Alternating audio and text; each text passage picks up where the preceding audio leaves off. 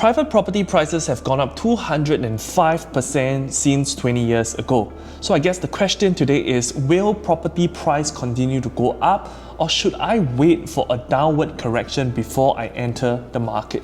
So in order to answer this question, the first thing we need to understand is from 2013 onwards, after the implementation of the total debt servicing ratio, private property prices have only been growing at about 2.46% per year across the board in Singapore, and that is just in line with inflation. So for as long as the property prices are not going into a bubble or speculative stage, there definitely is still room for growth. The second thing we need to understand is the affluence of the people who are supporting the price growth of private properties, and these are the HDB upgraders. As you can see on the news, HDB selling above $1 million is becoming the norm. So it's pretty clear that people are making money from their HDB, especially if they had bought it in the BTO phase.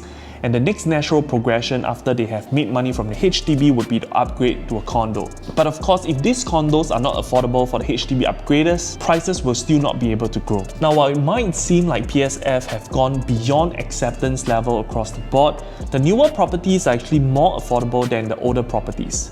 I'm sure all of you guys would agree that the newer properties are much smaller in square footage. And that is exactly what makes it more affordable for the HDB upgraders to move on to newer properties as compared to the older ones. Now let's take a typical 3-bedroom condo as an example for reference purposes. The typical size of a 3-bedroom in a much older condo stands at about 1,200 plus square feet.